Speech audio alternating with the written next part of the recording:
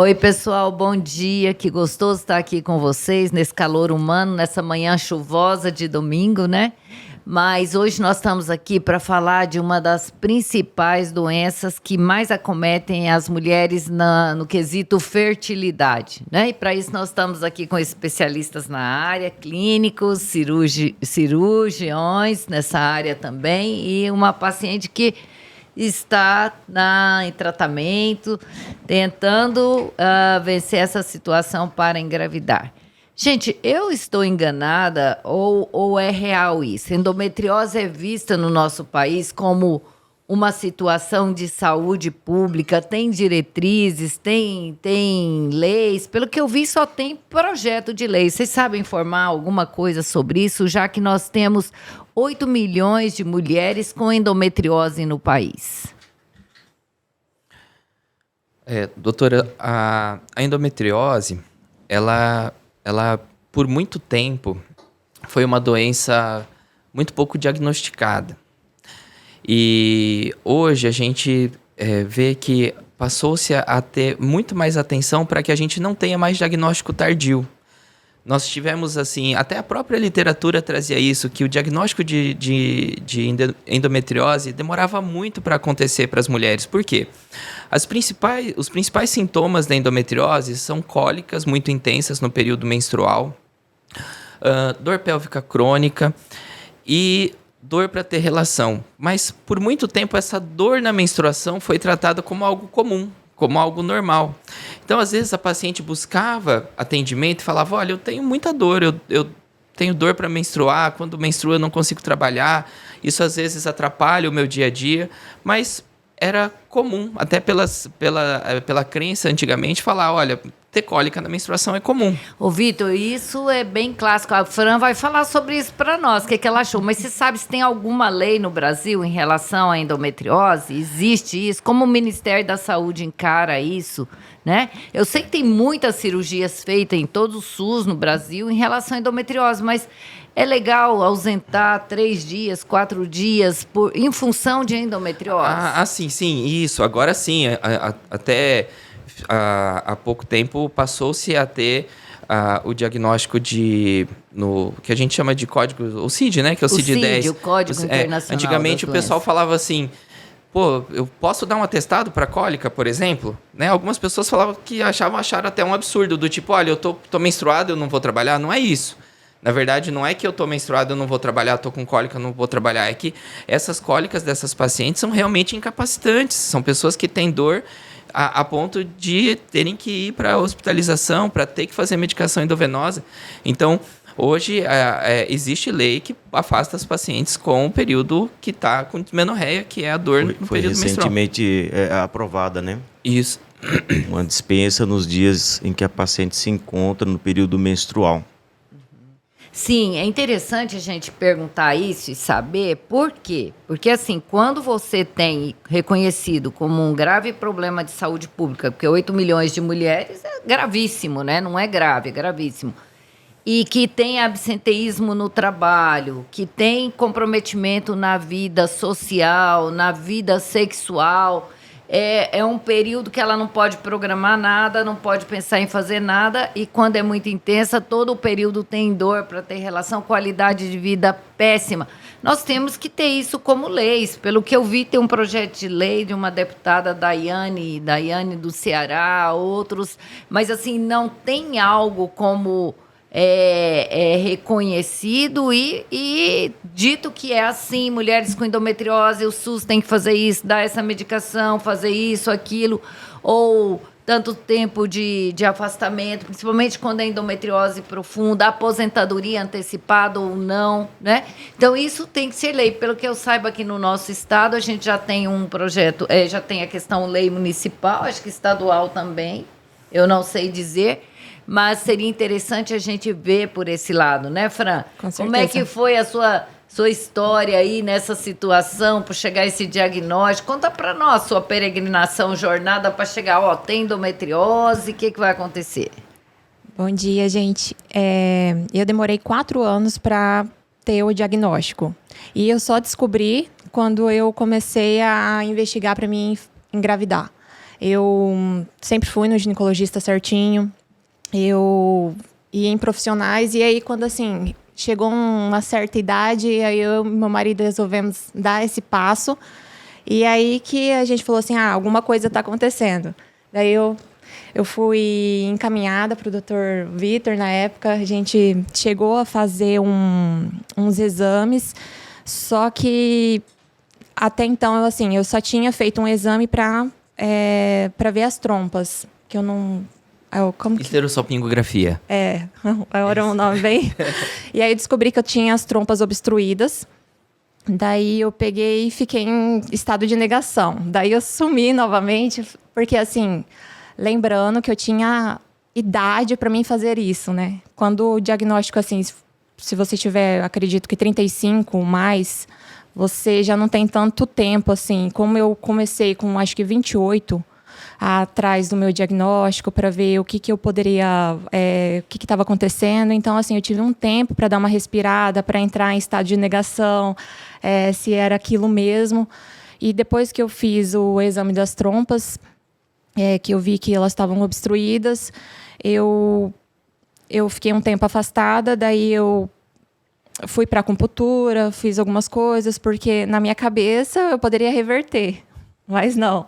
E aí depois eu retornei com a doutora Sueli, fiz um exame mais específico, que foi a ressonância pelve, e aí eu descobri que eu tinha endometriose. Então eu descobri que todos aqueles casos que eu tinha de cólicas, que eu tinha que tomar às vezes 3 remédios de cólica junto, assim, não era frescura. Porque todo mundo taxa assim, cólica, todo mundo tem cólica. Mas por que a minha poderia ser diferente das minhas amigas, né?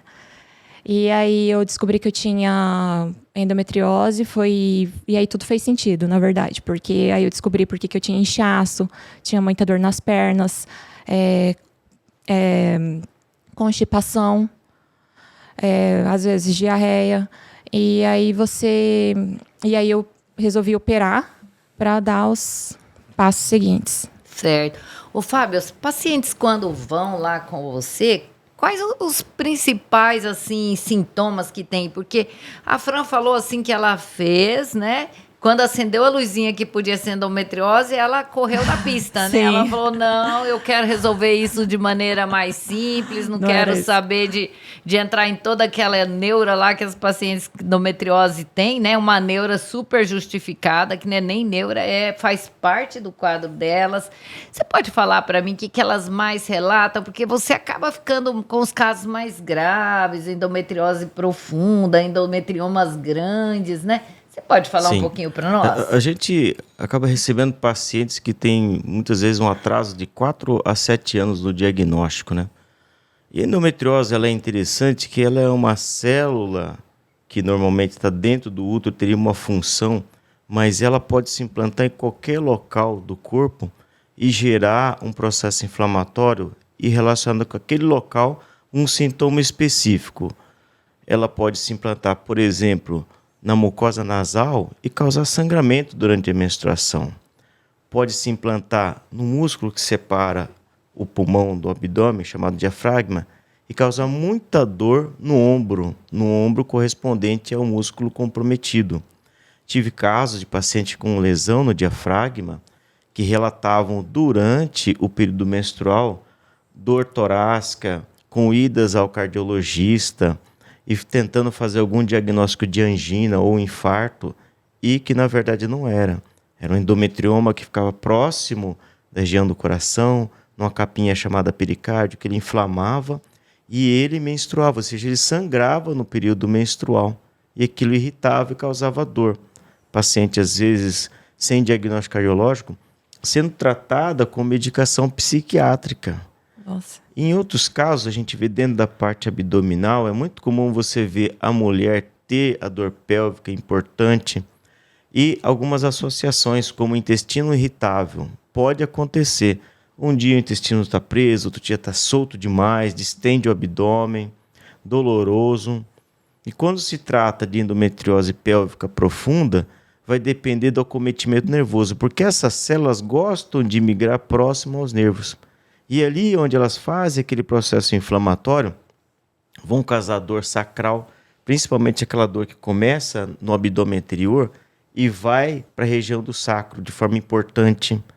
Quando mais baixas, podendo acometer músculos que sustentam a pelve, causando até dor perianal. Então, é uma gama de sintomas que você vai entender também o porquê que tem essa dor quando você entra na fisiopatologia, para poder entender o que é a questão da endometriose. Um outro exemplo, apendicite. Às vezes você vai ver paciente com dor no ponto específico do lado direito e só tem dor, como se fosse apendicite, no período menstrual. O apêndice está comprometido.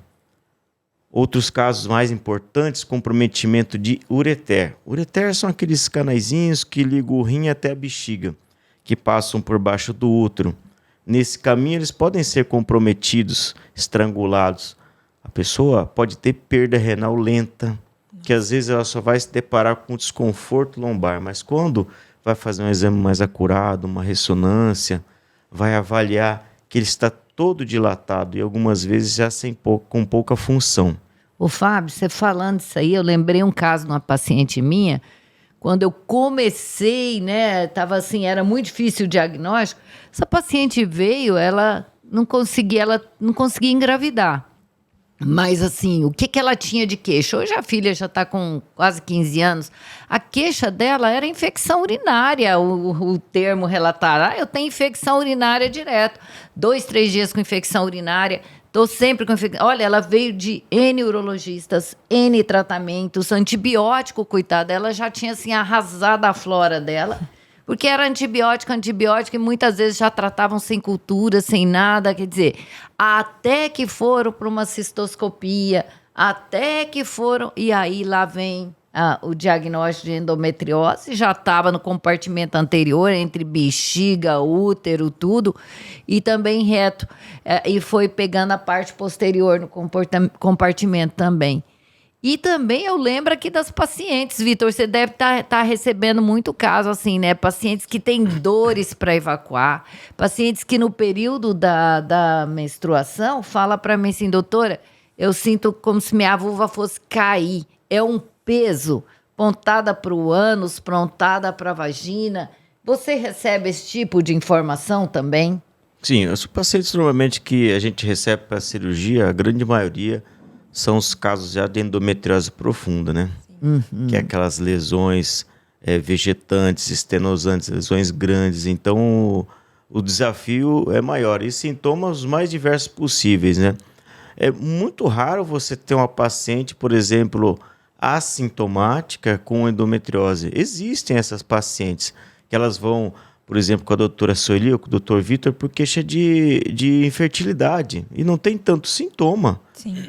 Essas pacientes vão lá apresentar endometriose na divisão entre o reto e a vagina, algumas vezes, e não se queixam de tanta dor. A gente não sabe se a resiliência delas é muito grande, em suportar dor, né? O limiar de dor é grande ou não dessas pacientes, mas existe uma pequena parcela que não tem dor.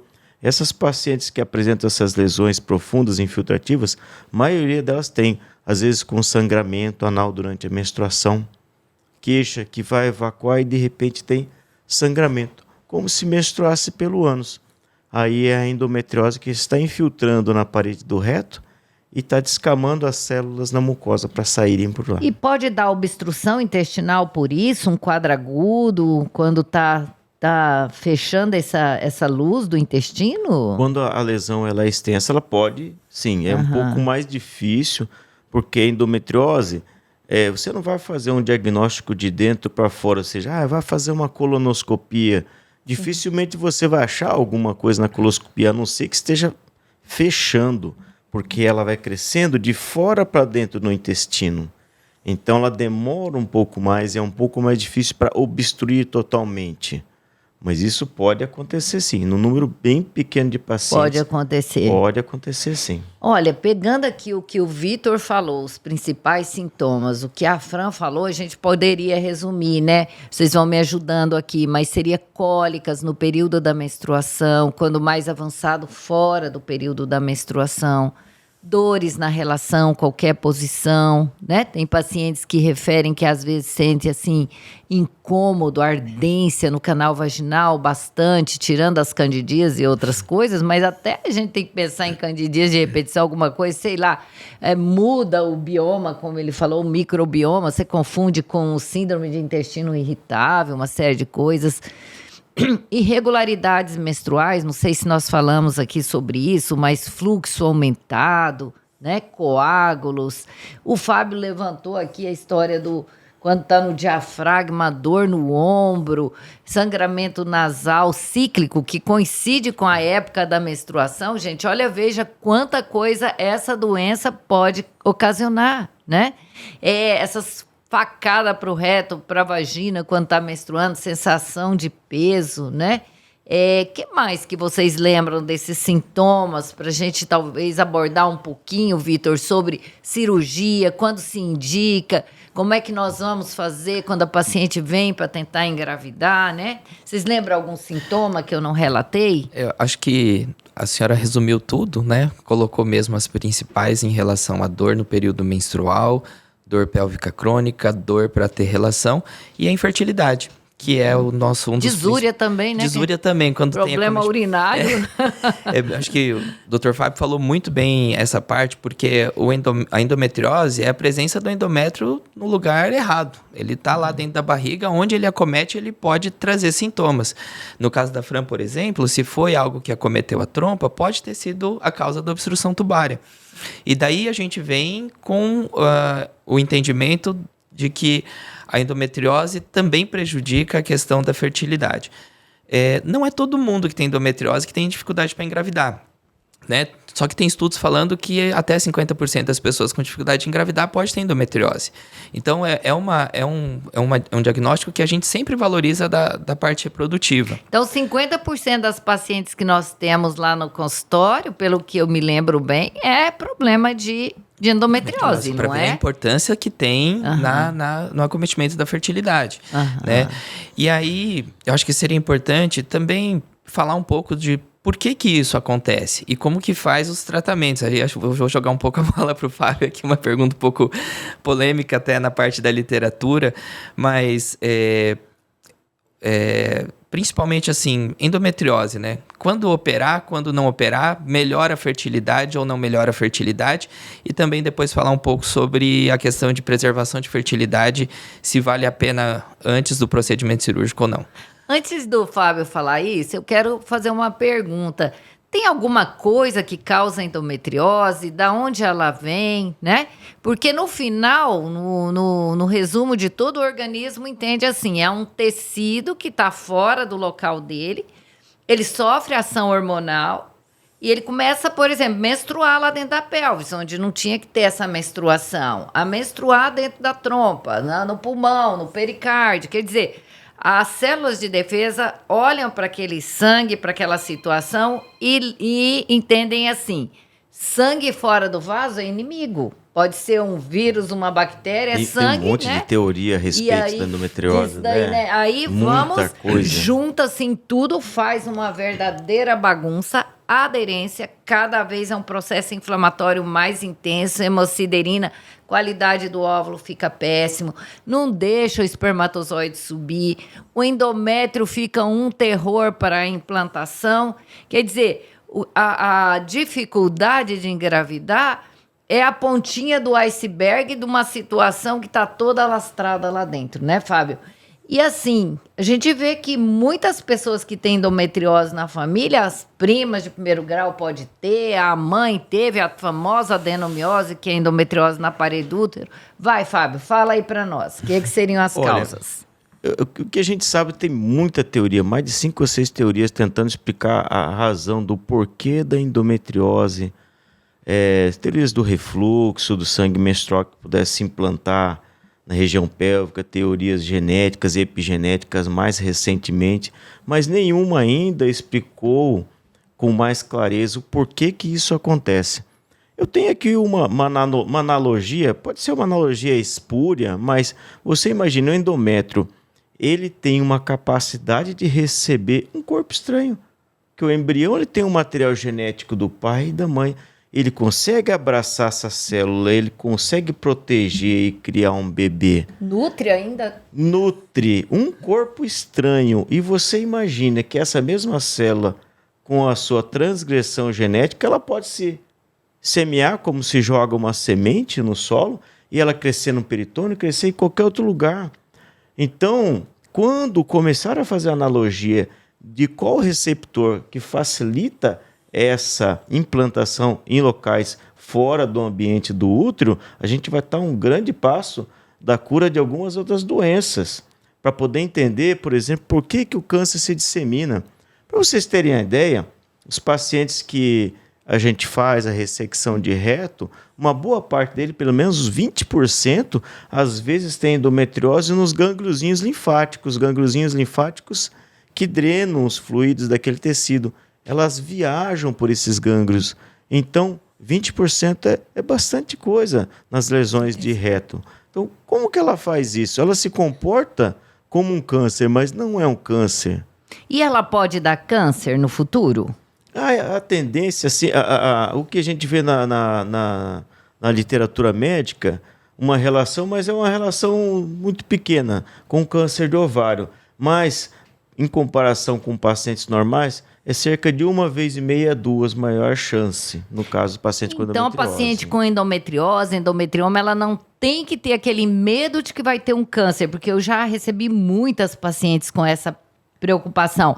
Mas eu acho que um diagnóstico diferencial muito bem feito entre um endometrioma, que é uma endometriose no ovário, e um câncer de ovário tem que ser estabelecido, né, Fábio? Isso tem que ser feito no planejamento pré-operatório, muito bem feito, para você poder fazer a cirurgia mais adequada, para você não fazer cirurgia desnecessária, ou cirurgias inócuas. Olha, eu entrei com a câmera de vídeo na barriga da paciente, então tinha uma lesão muito maior do que eu imaginava, eu só fiz uma biópsia daí. Mas como? Só a biópsia? Então, isso pode ser evitado, né, Fábio? Essas laparobranca que a gente chama, né? Planejamento muito bem feito antes evita muito e planeja os procedimentos mais adequados. Como que é esse planejamento? Bom, existem exames adequados? Como que a gente faz para não chegar lá na hora, a gente como cirurgião, não pude fazer nada, estava bem mais intenso do que eu pensei. Eu acho que hoje não cabe tanto isso, raríssimas exceções, né? Sim, o que a gente tem que segmentar, que é o paciente que chega para a gente para melhorar a qualidade de vida, o paciente que vem para tratar uma infertilidade, sim, o paciente que quer os dois. Então, a gente tem que segmentar o tipo de tratamento que você vai oferecer. A cirurgia é boa nos casos de intestino, ótimo, bexiga, septo, aquela região entre a vagina e o reto, excelente, melhora tudo. Mas a cirurgia na questão da endometriose ovariana, ela pode sim reduzir os óvulos, diminuir a capacidade dessa paciente de gestar espontaneamente.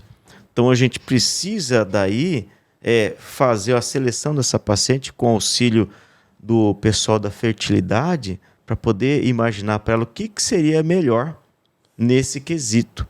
Se ela quer remover as lesões com menos risco de recidiva e com alto risco de diminuir a reserva ovariana, se ela quer melhorar a qualidade de vida e o resto não interessa, ou se ela quer os dois objetivos. Então, a paciente ela participa ativamente dessa decisão com o cirurgião, com o médico ginecologista, com a sua equipe, daquilo que ela vai querer ter por melhor para si. E a gente vai fazer ali um score, uma pontuação. Olha, você tem mais de 42 anos, você tem uma reserva ovariana mais baixa, e você vai passar para essa paciente o percentual que ela tem de ter uma gestação espontânea com aquilo que ela apresenta de doença, com a idade, com outros fatores. Que isso aí o Dr. Vitor, o Dr. Sueli vão elucidar melhor para a gente aí, aqui ao longo da nossa conversa, né? Sim. Uhum. Olha, Vitor, eu achei muito interessante essa pontuação do Fábio Carli, mas assim, nós estamos com a paciente na nossa mesa, tete a tete. Ela vem e fala para você, doutor, eu tenho muita dor. Eu não suporto de dor, eu não consigo ter relação, meu casamento está acabando, minha vida está prejudicada no trabalho e eu quero ter bebê no futuro, tá.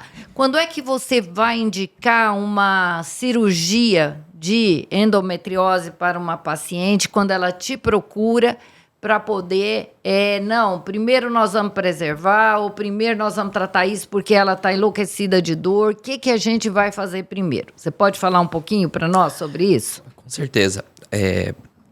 O paciente, quando ela vem para tratamento reprodutivo e ela sabe que quer ter bebê, talvez não naquele momento, mas posteriormente, e tem diagnóstico de endometriose, é muito importante a gente pontuar as chances gestacionais que ela tem e também a reserva ovariana que ela tem, né? Por quê? Porque a gente sabe que postergar a maternidade também diminui a quantidade de óvulos e também diminui a qualidade de óvulo.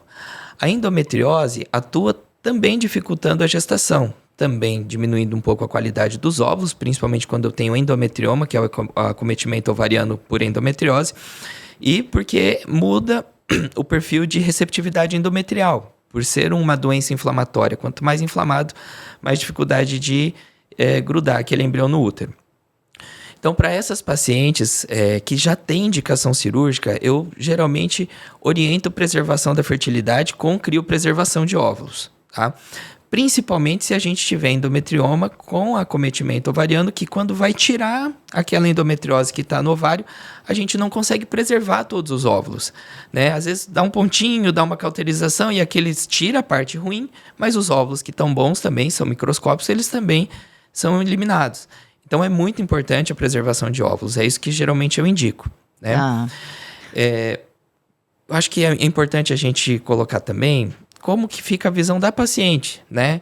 Assim, Fran, quando você teve diagnóstico de endometriose, o que veio na tua cabeça e como que foi o preparo cirúrgico também? Assim, que medos você tinha, como que você via naquele momento aquela situação que você estava? Então, quando eu tive o diagnóstico de endometriose, eu já estava na fase, assim, de um pouco ali de aceitação. Então, assim, eu já estava caminhando para a fertilização. Eu falo assim, eu não sou um pouco parâmetro por eu começar a procurar o diagnóstico. Lá atrás, eu tive todo o tempo de preparo para psicologicamente falando assim, não, eu não tenho isso, eu vou fazer isso aqui que vai dar certo. Se você tomar água de X lugar, vai curar. E eu ficava pensando nisso, né? E quando eu tive a endometriose, assim, o diagnóstico, eu pensei, não, realmente, agora eu vou fazer a cirurgia, como foi acordado, e depois eu vou congelar os óvulos para me dar a continuidade, né, de um sonho. Só que o que eu senti falta, talvez que eu acho que eu pudesse, e a grande maioria talvez também pensa assim, foi assim, de um profissional lá atrás me dar os caminhos. Porque assim, a vida toda eu sempre fui certinho, ginecologista, eu sempre tive dores, então como eu disse no início, eu achava que isso era normal. Porque todo mundo falava assim, não, todo mundo tem cólica, todo mundo tem isso. E aí eu falava assim, não, tudo bem, então eu também tenho, eu também sou uma pessoa normal. Só que assim, quando foi passando o tempo, e eu já estava casada há um certo tempo, e a gente resolveu assim, não, vamos para esse caminho para a gente poder engravidar. Só que qual que foi assim o tempo assim que eu ia perder? E se eu não tivesse em um relacionamento, entendeu? Assim, seria muito mais difícil, porque eu ia continuar tomando 2, 3 remédios de cólica juntos, eu não ia ter o diagnóstico, talvez quando eu fosse congelar os óvulos, talvez eu não conseguisse mais pela qualidade deles. Então, assim, eu senti falta do encaminhamento para o profissional da fertilização para ela poder me dar um caminho. E, assim, graças a Deus, eu cheguei em vocês rápido. Vou pegar um gancho aqui do que você falou. Olha, gente, nós já estamos falando em tratamento, né? Então, vamos tentar, assim, passar também algumas informações para coordenar, porque a Fran disse, eu tomei 2, 3 medicamentos para dor, né? Como é que a gente faz quando um paciente vem com diagnóstico de endometriose? e dor, primeiro a gente tem que ponderar qual o grau de dor, o que está comprometendo a vida dela, o que nós vamos fazer. A maioria das vezes nós tentamos amenizar o quadro de dor, estacionar isso por um tempo, porque com dor como é que ela vai ter relação? Sim. Não tem nem condição de ter relação durante os períodos de fertilidade dela, período que está ovulando. Está tudo inflamado lá dentro. Então, nós orientamos, primeiro, amenizar essa dor, quer seja anti-inflamatórios, quer seja hormonais. Aqui entra o Dianogeste, entra os contraceptivos de baixas dosagens de estrógeno e progesterona. Então, tem como a gente tratar a endometriose clinicamente, com medicamentos e organizar para o paciente poder engravidar. Né? Sim. Então, e também tem exercício físico, tem o amparo psicológico, tem toda uma situação que nós orientamos nossos pacientes.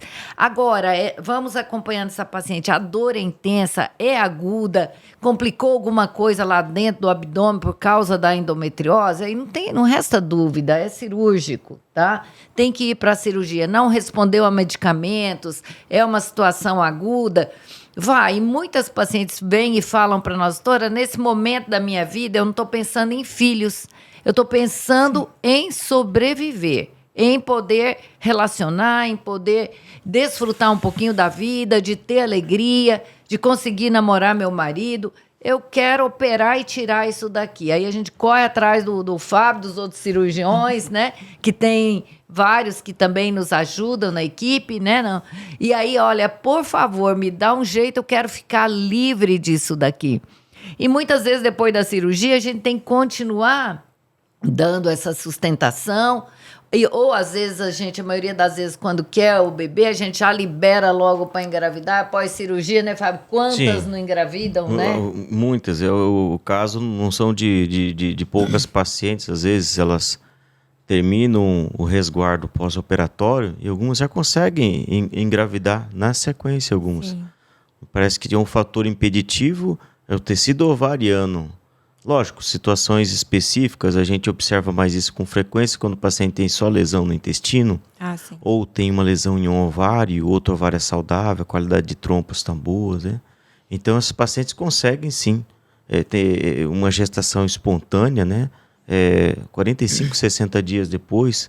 Outras demoram mais um tempo. Tive casos de paciente fazer cirurgias grandes e foram engravidar um ano depois. Sim, melhora. Outra situação que é muito boa, interessante frisar para o paciente é a alimentação, né? Sim. Uma alimentação anti-inflamatória. Isso é muito importante, o paciente evitar industrializados, alimentos que produzam mais processo inflamatório na região pélvica. Isso ajuda bastante no tratamento da endometriose. Eu costumo falar que quem quer engravidar tem que comer comida mesmo. Não pode ser comida, não pode ser iFood, tem que ser comida. Arroz, feijãozinho, batata doce, abóbora, tirar da horta de preferência, né? Porque isso que o Fábio Carlos falou é importantíssimo, os ultraprocessados, embutidos, papapá. A Natália teve com a gente aqui, nós falamos, né, daquela outra vez, né, Vitor? A gente estava aqui, conversamos muito com ela sobre isso. Mas, enfim, é uma jornada difícil, mas que a paciente consegue, melhora a qualidade de vida, a autoestima. É uma equipe multidisciplinar envolvida nisso, é o ginecologista dela, é o fertileuta, é o cirurgião geral, nutricionista, a psicóloga, né? E ela é mais de 50% no processo, né? Mais de 50% no processo. Porque tem que dar o start e ela querer mesmo superar tudo isso e atender a necessidade daquela paciente.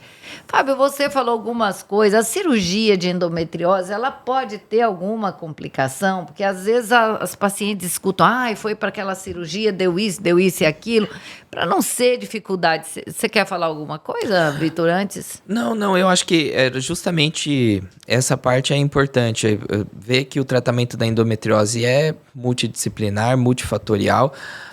Temos que ter controle alimentar, atividade física e o acompanhamento médico.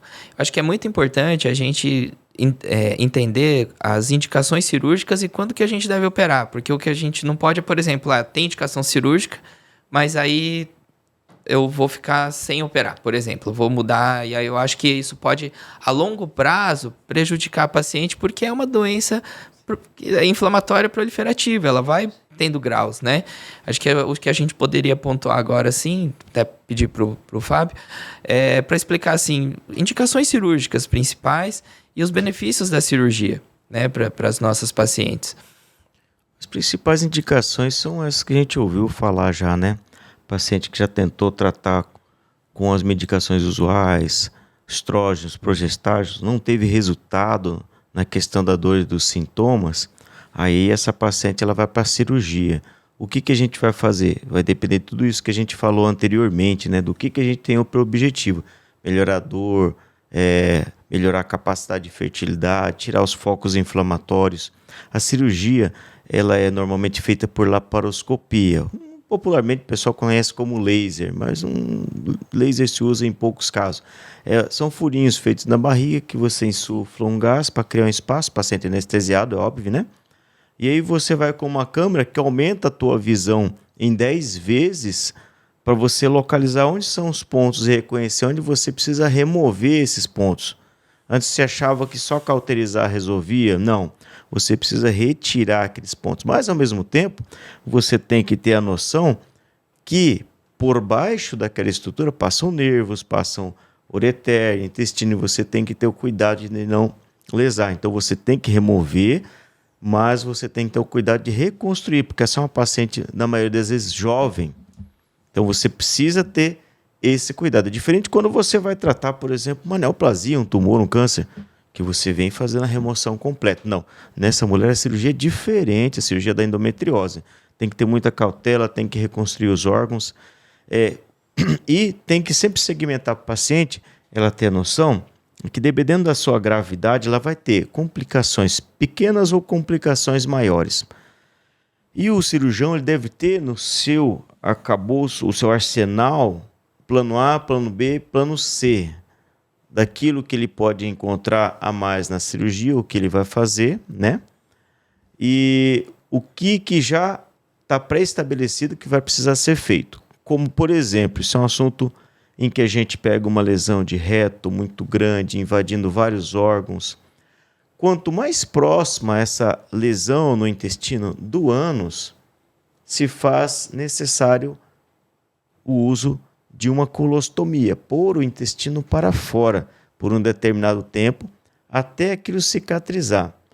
Muito poucos casos. Eu devo ter, assim, no tempo que eu já tenho feito, de uns 9, 10 anos para cá, eu tive apenas 2 casos que eu tive que fazer, mas eu discuti muito com o paciente, porque existe muito estigma da colostomia, do que ela representa, uma bolsa saindo fezes. A sociedade como um todo não entende, às vezes, a necessidade dos pacientes e, às vezes, age com preconceito sobre aquilo. Acho que esse é um grande... sofre com isso. É um grande medo que as pacientes têm da colostomia na cirurgia, né? Então, são raros, são poucos os casos que as pacientes precisam, só quando tem... Poucos os casos. Quando você tem lesões, quanto mais próxima elas ficam, abaixo de menos de 5 centímetros do ânus ou da borda anal, que a gente chama, a gente tem sempre que pensar nisso. Ainda mais se ela tem um comprometimento de um órgão, por exemplo. Olha, ela pega o reto e também pega a vagina. Então, no pós-operatório, o cirurgião fica imaginando assim, eu vou reconstruir isso, mas a hora que começar a passar as fezes e descer, isso pode abrir e pode penetrar na parede da vagina e criar um problema. Uma fístula, por exemplo, retovaginal. O que eu faço para evitar isso? Aí vem a ideia da colostomia ou ileostomia. Então, Você o que tem que parece discutir com o que paciente é sobre horrível é uma, digamos assim, um benefício paciente. Entender que se não faz essa colostomia, pode complicar sério, né? Sim, a e são complicação sepse pouquíssimos casos, né, Fábio? Então, é importante, não pode ficar com medo, porque ouviu falar que uma pessoa foi para cirurgia e saiu com uma bolsa para as fezes sair para fora ali, né, Fábio? Isso aí tem que ser bem deixado bem claro para elas. Claro. O que pode acontecer, isso aí muito comum na rede pública, por falta de acesso, de diagnóstico, de serviços especializados, pacientes do SUS sofrem com isso, é eles adentrarem o hospital em quadro de obstrução, como a doutora falou. Já na obstrução, a gente às vezes não consegue fazer a cirurgia adequada. você está com o paciente, às vezes vomitando com o abdômen distendido, você não consegue, você vai ter que tirar da urgência. Então, não invariavelmente, ela vai sair com uma colostomia. Sim. E depois procurar um especialista para poder fazer o tratamento daquilo. Nesses casos em que ela chega na urgência. Pode acontecer? Pode. Uma compressão aguda dos ureteres, teve que passar catéter para poder drenar os rins, catéter do Pujol, que a gente chama, né? Isso pode acontecer, sim, na urgência. É mais fácil acontecer na urgência de um paciente que não conseguiu acesso, não teve como fazer diagnóstico, do que naquele paciente que vem no seu consultório. Mas a gente tem que preparar psicologicamente essa paciente para essa etapa, porque vai ser colocado uma bolsa? Ok, vai ser temporário por um determinado tempo, depois vamos reverter. Então isso tudo tem que ser passado para o paciente. Qual é a chance? Cada cirurgião tem uma estatística própria daquilo. Hoje em dia o paciente vai lá, entra na internet, no Google, ele sabe tantos por cento que ele vai sair com a colostomia. O cirurgião também, ele se ele for um cirurgião cuidadoso, ele vai poder dar essa informação para o paciente. Que, olha, de tantas pacientes, algumas precisaram. Foram neste caso mais em específico. E fazer a decisão personalizada para ela. Olha, no seu caso não vai ter necessidade. Ou no seu caso a lesão é grande, nós vamos fazer. Preparar ela para aquilo. Para não sair de uma cirurgia despreparada, né? Mais uma vez, um atendimento individualizado, né? Individualizado. Então, gente, assim, o que eu acho? A gente não pode fazer que nem aquele macaquinho, né? Tapar os olhos, né? Fran, igual foi com você há um tempo, né? Eu tô tendo sintomas, eu preciso resolver. E a gente veio o Fábio falando aqui, quanto mais, assim, tempo se passa, maior dificuldade do paciente em ter acesso aos exames, ao diagnóstico, enfim. E às vezes tem paciente que tem acesso a tudo isso e faz que nem o avestruz, né? E enfia a cabeça na areia e lá vamos nós, né? Ô, Vitor, mas vamos falar um pouquinho aqui de FIV cirurgia, né? Eu quero conversar um pouquinho. Por exemplo, quando vem a paciente e tem um endometrioma enorme lá, os ovários estão cheios de cisto, vou operar, não vou operar, faço FIV primeiro, tento garantir embriões, né? Porque às vezes a gente vê assim, às vezes é uma massa ocupando quase que toda a pelvis, metade do abdômen, né? É uma situação bem difícil para nós, né? Eu costumo falar que a gente fica entre a cruz e a espada, né? Como que acontece com você? A situação do endometrioma realmente é um pouco mais difícil e endometriomas também têm essa indicação cirúrgica mostrando o benefício na fertilização in vitro também. Como eu tinha dito anteriormente, toda vez que a gente tem acometimento ovariano e tem abordagem cirúrgica ovariana, a gente diminui a reserva de óvulos. Então é muito interessante que a gente faça realmente a fertilização in vitro prévia, né? Então capta óvulos, forma embriões, deixa congelado. E aí faz a abordagem cirúrgica. E como a gente já tem os embriões congeladinhos, a gente diminui a resposta inflamatória. E quando essa resposta inflamatória é menor, isso melhora as taxas de implantação embrionária. Então a gente opta por deixar os embriões congelados, preservados, enquanto nós não temos diminuição da reserva. Depois a gente pode ir para o tratamento cirúrgico e aí sim marcar a transferência embrionária. Eu acho que esse é o caminho assim, que mais dá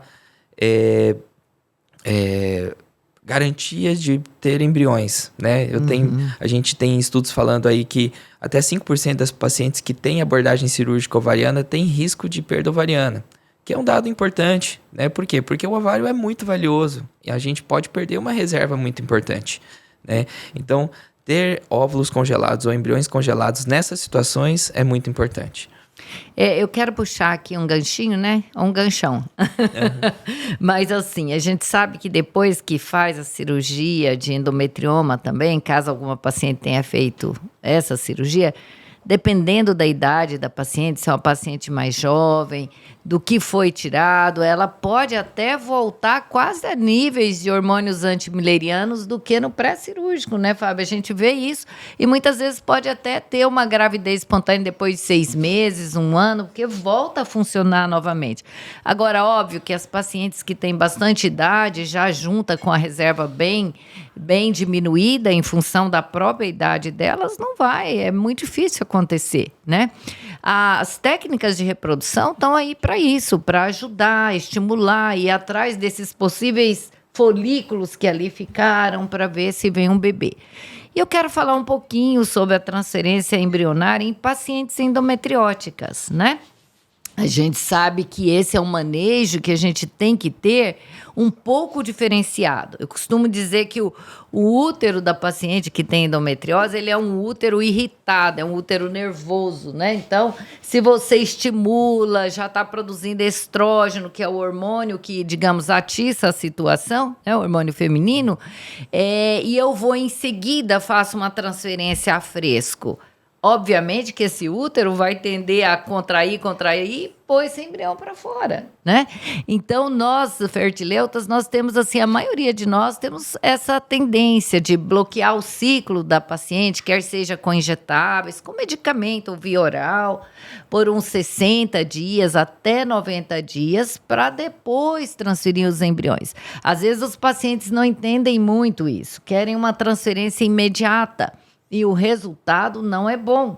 E deixa lá congeladinho. Eu falo, não, vamos deixar todo mundo lá congeladinho para depois ir para dentro do útero. Porque também, gente, a taxa de gravidez transferindo embriões a fresco, que nós chamamos, sem congelar, com o embrião que é congelado, ela é a mesma.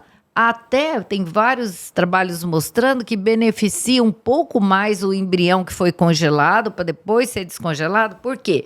Porque a mãe não está encharcada, digamos assim, daqueles hormônios que nós temos que fazê-la, que nós damos para produzir outros hormônios e produzir óvulos. Então, não ter medo dessa situação, não ter pressa. Paciente com endometriose, ela não pode ter pressa. Ela tem que seguir a jornada direitinho, fazer o diagnóstico, fazer um planejamento terapêutico, como que vai ser o tratamento, para poder obter os frutos. E eu vou só parar essa fala minha, que eu digo assim, há uns 16 anos atrás, os primeiros trigêmeos que eu tive foi com paciente endometriótica. Eu não acreditei que aquele útero ia implantar, Fábio Carlos, porque era tão intensa a situação da endometriose, tão intensa. Eu fiz tudo isso aí, tratamos, fizemos a coleta dos óvulos, né? Colocamos, acho que talvez tenha até passado com você. Coloquei 3 embriões. Bom, vieram todos os 3 me dando tchauzinho. Obviamente que não era o que a gente gostaria, né? Era um embrião bom cada vez. Hoje eu não tenho mais esse medo, porque ao longo dos anos do manejo e tudo mais, a gente sabe que o melhor é transferir um embrião bom cada vez para o paciente, né? Doutora, é muito importante isso, né? A gente falar sobre a endometriose e fertilização. Não são todas as pacientes que têm endometriose que precisam de fertilização, tá? Basicamente, assim, de um resumo, é claro que cada caso é individualizado, cada casal deve ser sempre analisado individualmente, mas assim, pacientes que têm endometriose e fator tubário, fertilização. Paciente que tem endometriose e fator masculino importante, fertilização. Paciente que tem endometriose e uma baixa reserva ovariana, com idades avançadas, também fertilização. E, então, assim, esses principais dentro da endometriose. E quando a gente vai para fertilização... Quase tudo, né? E quando a gente vai para fertilização, realmente a indução ovariana ou algumas etapas da FIV são um pouquinho diferentes. Então, o bloqueio com progesterona tem mostrado resultados melhores, né? Porque a gente diminui a expressão de estrogênio, então diminui a resposta inflamatória. E a transferência embrionária também, da maneira como a senhora falou, de ter, ao invés de fazer a transferência fresco, fazer a criopreservação e depois a transferência do embrião descongelado. Tem se falado muito da adenomiose, que é a endometriose que infiltra as fibras musculares e deixa um útero gordinho. E é um útero muito mais inflamado, reativo. E aí esses estudos com o agonista do GnRH, né, que é uma medicação que deixa uma menopausa medicamentosa por alguns meses. E aí a paciente não tem esse estímulo também de estrogênio, também diminui a resposta inflamatória. E aí depois a gente transfere com o útero com condições melhores. Às vezes as pessoas... Eu tô com 2 pacientes assim.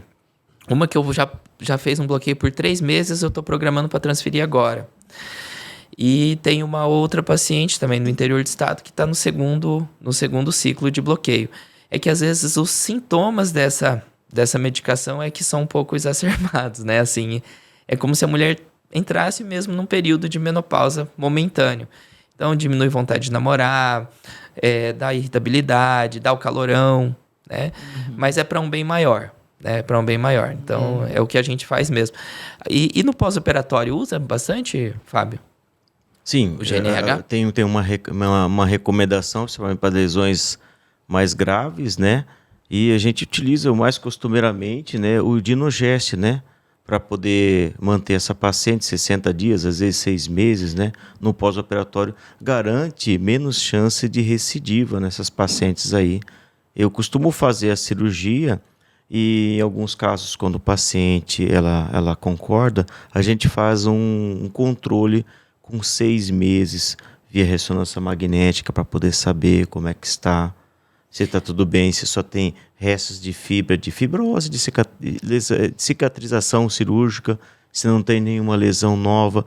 E a gente observa que as mulheres que usam as medicações, por vezes, não sou eu que prescrevo, porque elas vêm comigo para fazer a cirurgia, eu dou uma receitinha, a Sueli ou o Vitor vão continuar ou não aquela receitinha, né? Mas sempre tomam alguma medicação complementar, tem um resultado melhor do que aquelas que não tomam nada. Salvo no caso que o Vitor falou, que queiram já tentar a gravidez espontânea daí, né?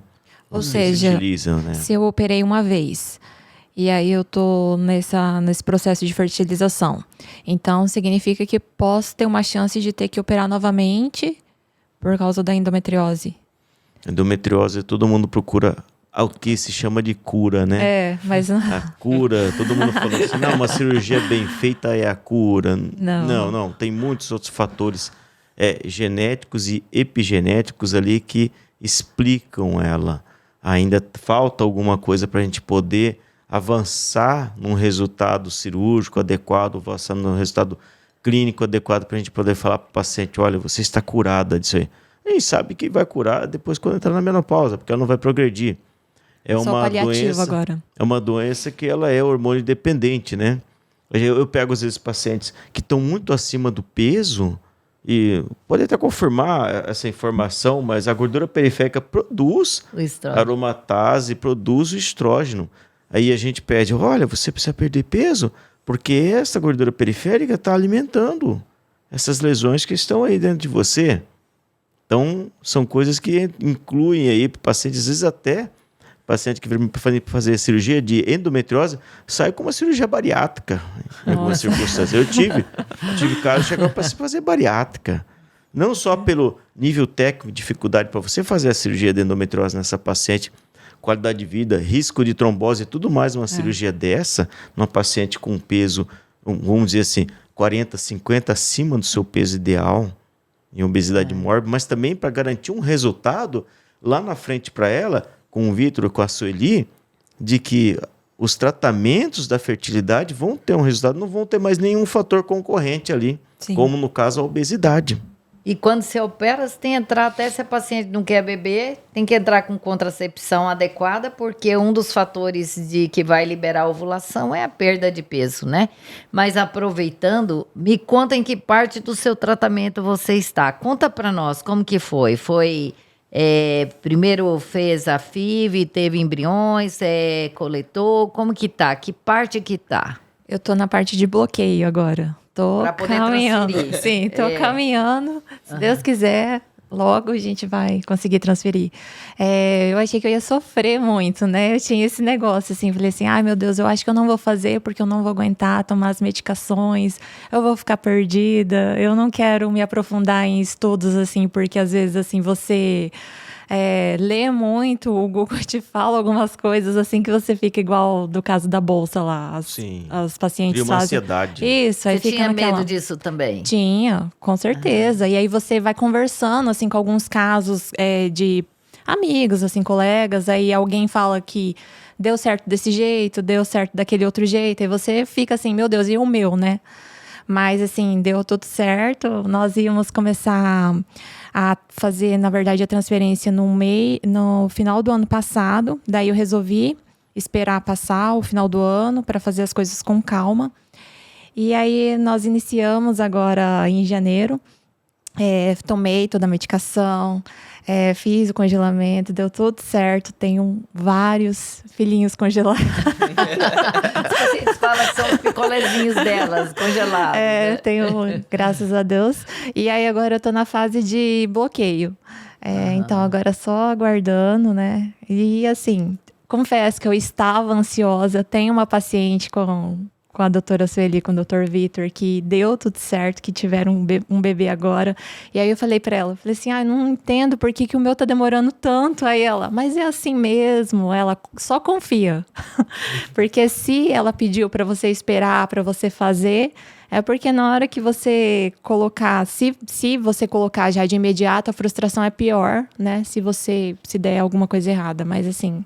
vai dar tudo certo, eu confio. Que bom, a gente deseja que você tenha sucesso, né? Obrigada. E pode dar certo na primeira transferência, pode não dar, tem que Sim, tentar novamente, claro. saber que tem que ter um útero bom, esperando um embrião bom e competente para dar o tão esperado positivo, né? Com certeza. E parabéns aí por você ter encarado, por ter passado por tudo isso, por ter vindo aqui dividir a sua experiência com todas as pacientes, sabe? Para poder animá-las, né? E poder saber, assim, que a endometriose é uma das doenças mais comuns na clínica de reprodução humana assistida. 50% da nossa clientela, né, Vitor, tem endometriose.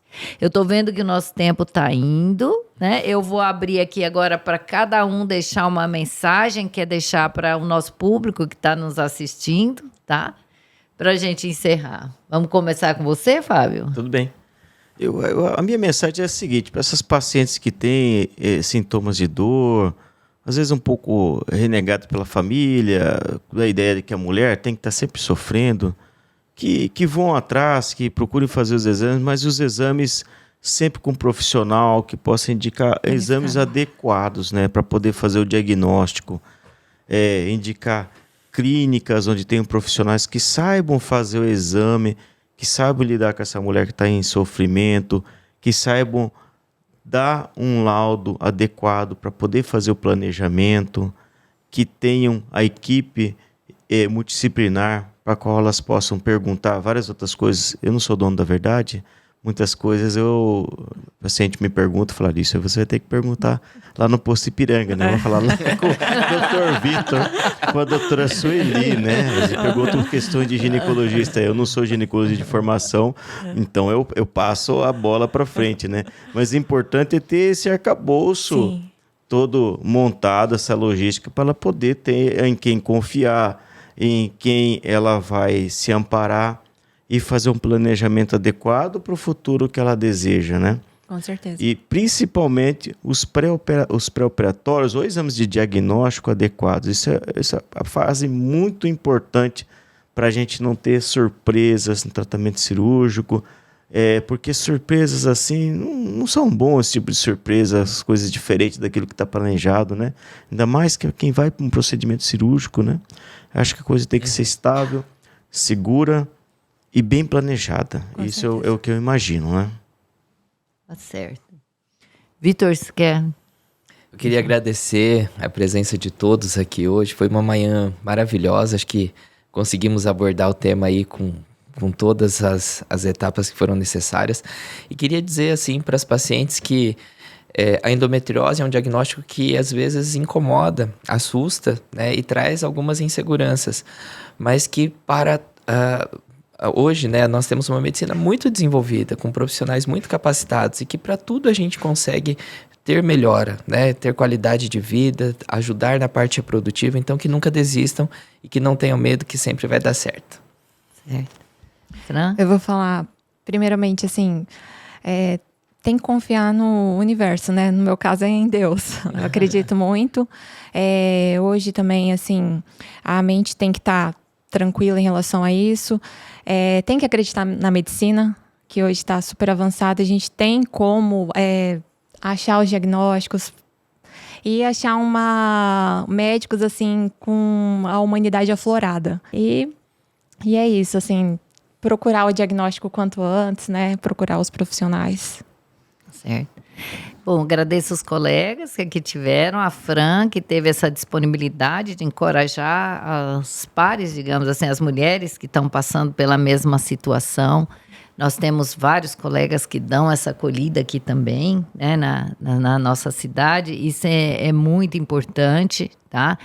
E assim, é falar como você falou, né? A gente tem que entender que quando a gente procura o bem, que a gente quer entender o que está acontecendo, leva para Deus, né? Então eu costumo dizer que aqui nós somos instrumentos e a gente vai ser utilizado uma hora ou outra para poder ajudar várias pessoas também, né? E isso traz muito prazer para nós, né? A essência do viver, do estar aqui, que essa vida é muito curta, né? Então, eu quero encorajar assim, as pacientes que estão padecendo com endometriose, com dor, sofrendo pelo fato de ter dificuldade de ter filhos, de buscar o quanto antes ajuda, né? Fala com seu médico ginecologista, peça para eles orientarem o local de atendimento, vão atrás. E também alertar para as mães, para as mulheres, as filhas em casa que começam a ter muita cólica. Não achar que cólica é normal. Uma cólicazinha fraquinha, tudo bem, mas essas cólicas que vão pronto-socorro, dá Buscopan e a paciente sofre, tem que ficar de cama, é muito chá, é muito anti-inflamatório, sabe, gente? Isso não está normal, né? Não está normal. Dores na relação também não está normal, não é por aí, né? Então, vamos acender as luzinhas do alerta, tá bom? E foi muito bom estar com vocês.